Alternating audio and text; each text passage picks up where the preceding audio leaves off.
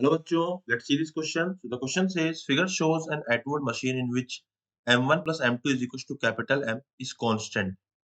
Now a small now a mass delta M is transferred from m2 to m1. Now a graph of A by G versus delta M is plotted. Mark the appropriate option. Here m1 is greater than m2. So let's start this question. So first of all, we will use the key concept that will be used here in this question. So the key concept belongs to the Atwood machine. Okay, Atwood machine मतलब यहाँ पे एक पुली होगी and इसकी दोनों तरफ एक एक ब्लॉक होंगे, ठीक है। तो उसको हम जो सोल्व करते हैं वो करते हैं न्यूटन्स लॉज ऑफ मोशन से, which is F is equals to mass into acceleration. F net is equals to mass into acceleration. So let's solve this question using the Newton's second law of motion and while I am drawing the Atwood machine. So Atwood machine कुछ इस तरह से होगी, ये M1 हो जाएगा हमारा and ये हमारा M2 हो जाएगा। ओके, एंड यहाँ पे हम लोग नीचे की तरफ लगाएंगे M1G एंड यहाँ लगाएंगे हम लोग M2G। यहाँ लगाएंगे टेंशन T एंड यहाँ लगाएंगे tension T। So basically M1 की वैल्यू ज्यादा है, so we can write that कि एक्सेलरेशन जो होगा वो ज्यादा होगा, मतलब ज्यादा नहीं, नीचे की तरफ होगा M1 की तरफ एंड इसका एक्सेलरेशन ऊपर होगा। सो अगर मैं इक्वेशंस लिखता हूँ, so what I will get कि यहाँ से अगर मैं इक्वेशंस को राइट डाउन करता हूँ तो आएगी M1G minus T is equals to M1 into A. This is the equation number 1. And second equation आएगी T minus M2G is equals to M2 into A. जिधर एक्सेलरेशन है मैंने उधर ही नेट फोर्स लिख दिया, दोनों को ऐड कर दिया हम लोगों ने, T से T कैंसिल आउट हो जाएगा एंड जो एक्सेलरेशन की वैल्यू आएगी यहाँ से it will B M1 minus M2 divided by M1 plus M2। Okay, and यहाँ पर हमारा जो एक्सेलरेशन की वैल्यू आ रही है it is M1 minus M2 into G आ रही है, तो G को मैं नीचे ले जाऊंगा तो हम यहाँ पे देख सकते हैं कि this is the value.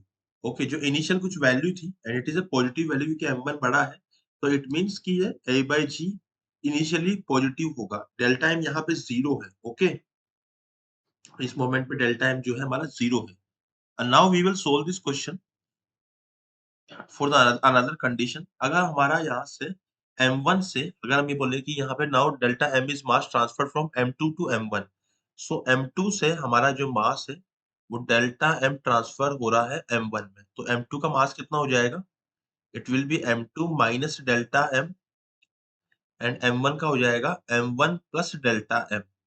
Okay, transfer हुआ है यहाँ पे, delta M is transferred from M2 to M1। So basically अब यहाँ पे क्या हो रहा है, हम ये कह सकते हैं कि दोनों का सम जो आएगा ना वो हमेशा कांस्टेंट आएगा, ऊपर ऑलरेडी लिखा हुआ है।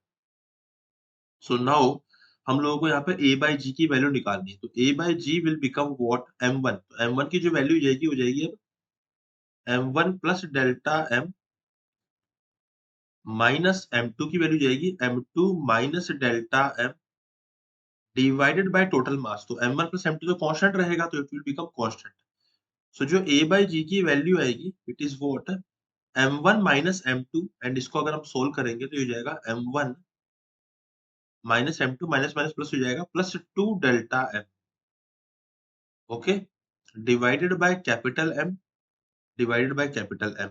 तो ये जो टर्म आया था हमारा, ये तो कांस्टेंट था, है ना, ये तो हमारा कांस्टेंट टर्म था and this term was what कि ये हमारा हो जाएगा delta M into 2 multiply 2 by M हो रखा है यहाँ पे। सो इस क्वेश्चन के अंदर अगर हम बात करें, अगर इस क्वेश्चन में हम लोग बात करते हैं